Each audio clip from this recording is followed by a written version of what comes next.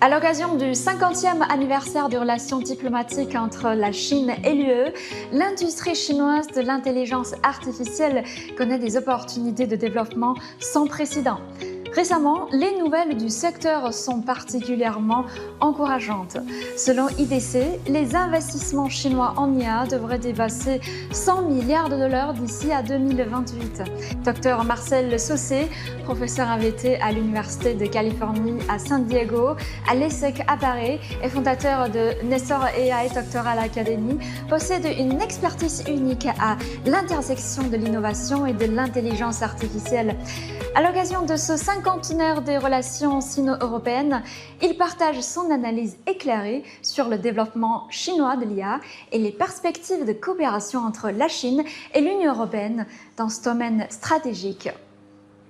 Permettez-moi de commencer par un constat. En l'espace de quelques années, la Chine se positionne comme l'un des acteurs majeurs de l'IA dans le monde, comme des entreprises DeepSeek, ByteDance et Huawei ont marqué des percées remarquables. Comment caractériserez-vous le développement actuel de l'IA en Chine ? Alors c'est un développement qui est tout à fait normal. Il y a 4 grands pays dans le monde qui sont à la pointe de l'IA. Les 2 premiers, évidemment, c'est les États-Unis et la Chine qui sont en compétition. Les États-Unis sont encore un petit peu en avance. 2 autres pays que personne n'a à l'esprit, c'est Israël et la Suisse qui sont très en avance également sur l'IA. Pour la Chine, c'était tout à fait normal qu'il y ait ce type d'entreprise qui émerge. Je vais vous dire pourquoi. Petit 1, c'est la culture confucéenne. On apprend énormément avec le professeur par cœur, mot à mot. Et mot à mot, c'est quoi? C'est du codage de l'IA, c'est du codage de data. Donc c'était tout à fait normal que la Chine devienne un géant de l'IA.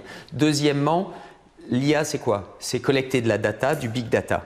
Et en Chine, vous êtes passé directement au téléphone portable. Vous n'êtes pas passé par la case ordinateur portable, ce qui fait que vous avez laissé beaucoup plus de data pour entraîner vos algorithmes. C'est ce qu'on a aussi dans la Chine où on travaille beaucoup plus et l'État pousse énormément les entreprises à innover. Deuxième grand point. Et troisième grand point, vous êtes le plus grand marché linguistique unifié au monde. Donc pour entraîner des modèles algorithmiques, il est tout à fait normal que la Chine soit devenue très vite un champion de l'IA. L'Europe privilégie les droits individuels alors que la Chine met l'accent sur les avantages pour la société dans son ensemble. Donc selon vous, est-ce que ces 2 mondes différents peuvent quand même se retrouver pour trouver des standards d'IA ensemble? Alors c'est tout à fait possible. Alors c'est pas parce que je suis français, mais il y a quand même un pays d'Europe, je parle de l'Union européenne, qui sort du lot, c'est la France.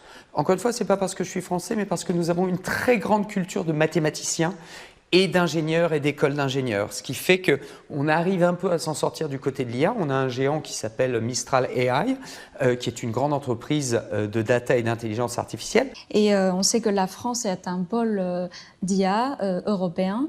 Oui. Et les universités chinoises ont une longue histoire de coopération avec les universités françaises. Oui, c'est vrai. Et donc, quelle priorité donnez-vous dans la coopération académique ?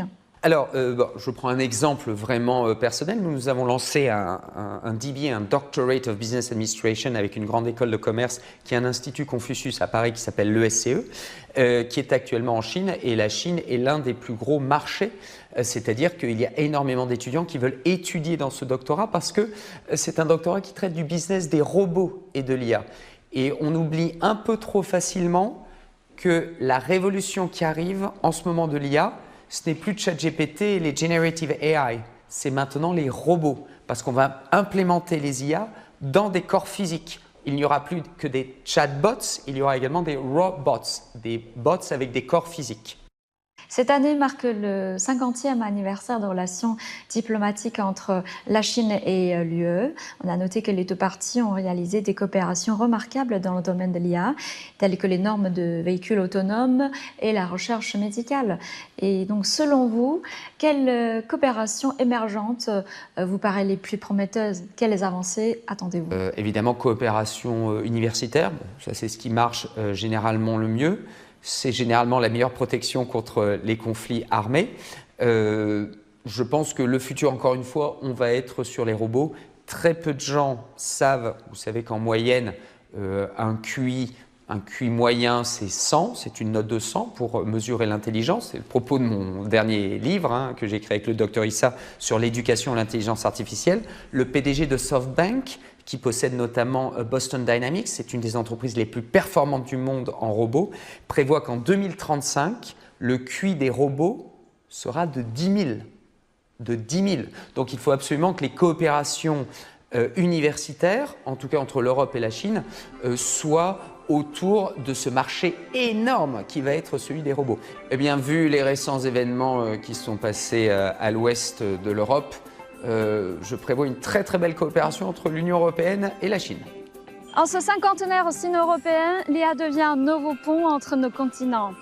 Du cadre de coopération quadripartite signé au forum de Zhongguancun aux recherches conjointes en sécurité IA, ces collaborations concrètes créent des synergies et tout en traçant une voie pour le développement mondial de l'intelligence artificielle. Quand l'excellence européenne rencontre l'audace chinoise en IA, cela donne naissance à des innovations brillantes qui éclairent déjà notre avenir numérique.